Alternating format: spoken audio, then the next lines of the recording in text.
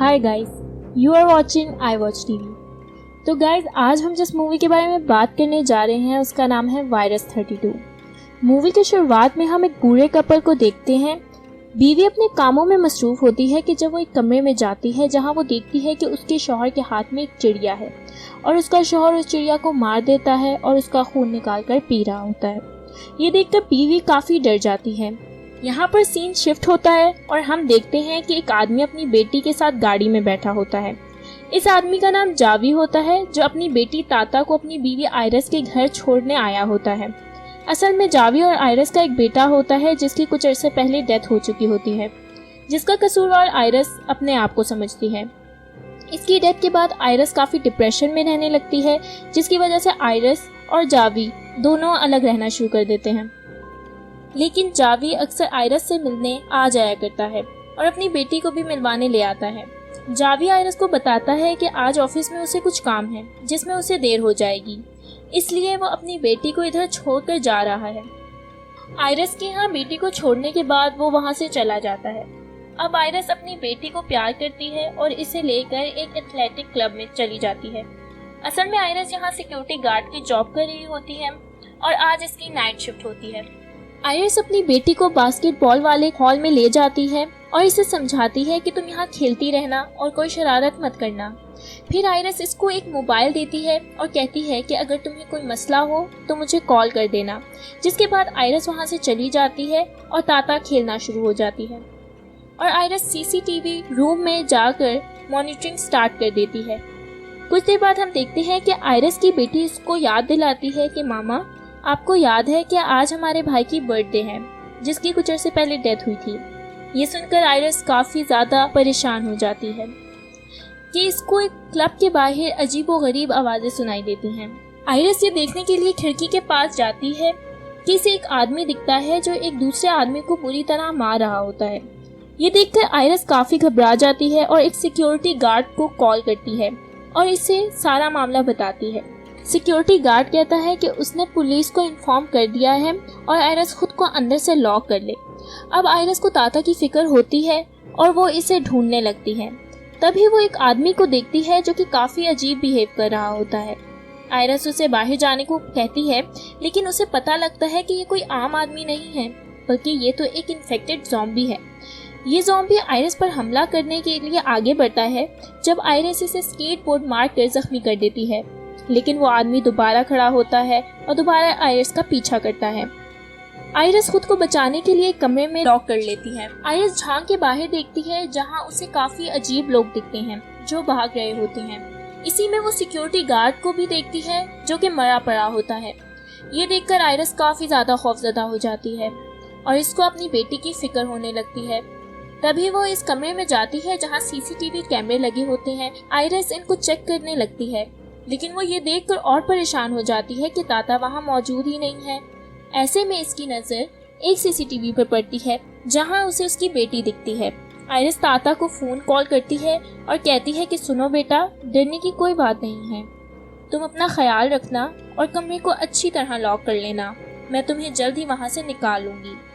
Iris ताता से बात कर ही रही होती है कि उसे एक आदमी के कदमों की आवाज़ आती है। ये वही आदमी होता है जिसे आयरस ने स्टार्ट में स्केटबोर्ड मारा होता है। आयरस मजीद घबरा जाती है और वो टेबल के पीछे छुप जाती है। ऐसे में वहाँ एक बिल्ली आ जाती है जिसे वो आदमी मार कर उसका खून पीने लगता है। आयरस अपनी जान बचाकर दूसरे कमरे में आ जाती है और फिर एक दफ़ा दोबारा सीसीटीवी चेक करती है जहाँ वो देखती है कि ताता के कमरे के बाहर एक इन्फेक्टेड औरत ज़ोर ज़ोर से दरवाज़ा बजा रही होती है। आयरस को सारे सीसीटीवी देखने के बाद पता चलता है कि ये एक वायरस सारे शहर में फैल गया है जिससे इंसान ज़ॉम्बी बन जाता है और जब एक ज़ॉम्बी दूसरे इंसान को काटता है तो वो 32 सेकंड के लिए बिल्कुल स्टिल हो जाता है और कोई हरकत नहीं करता और फिर वो इंसान भी ज़ॉम्बी में तब्दील हो जाता है। इसीलिए इस मूवी का नाम वायरस 32 रखा गया है। आयरस अब मज़ीद परेशान हो जाती है और इसे किसी भी कीमत पर अपनी बेटी की जान बचाना होती है क्योंकि वो पहले ही अपने एक बेटे को खो चुकी होती है। आयरस बाहर निकलती है कि इसके पीछे एक ज़ॉम्बी लग जाता है और इसे काटने ही लगता है कि एक आदमी वहाँ आता है और आयरस की जान बचाने में कामयाब हो जाता है।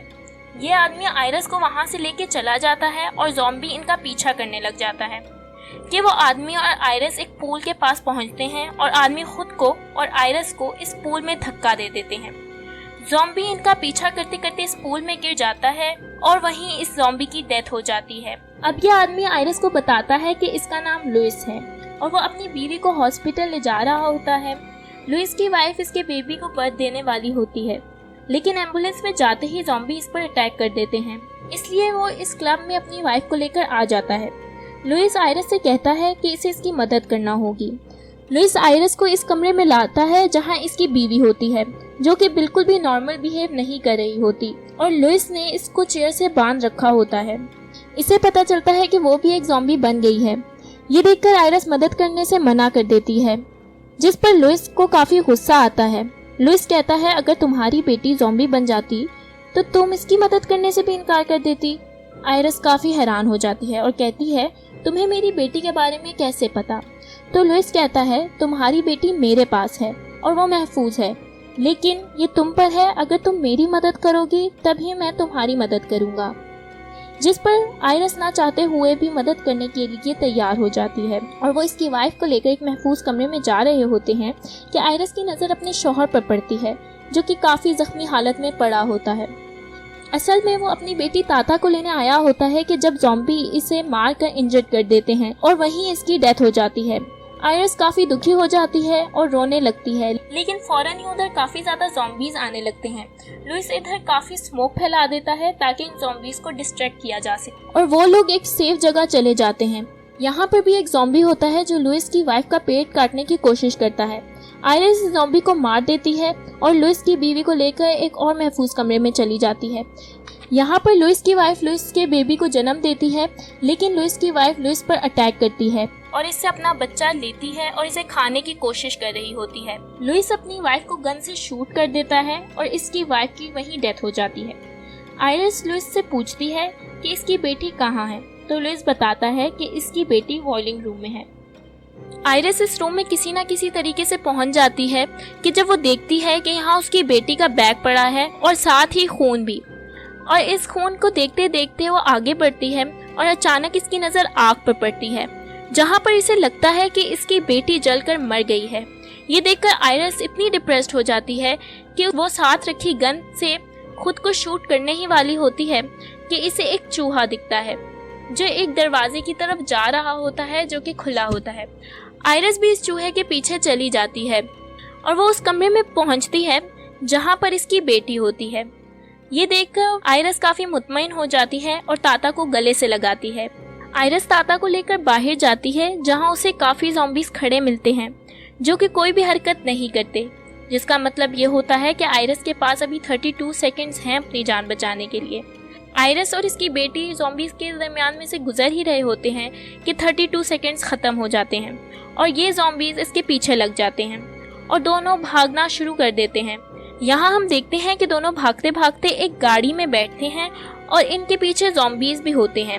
आयरस गाड़ी की रेस पर लकड़ी का एक टुकड़ा रखकर चला देती है और खुद गटर के रास्ते से होकर क्लब के अंदर आ जाती है और गाड़ी स्टार्ट हो जाती है, जिसका मतलब होता है कि गाड़ी खाली होती है और ज़ॉम्बीज जो इसके पीछे भागने लगते हैं, जब वो गाड़ी को खोल कर देखते हैं तो इसमें माँ बेटी नहीं होते।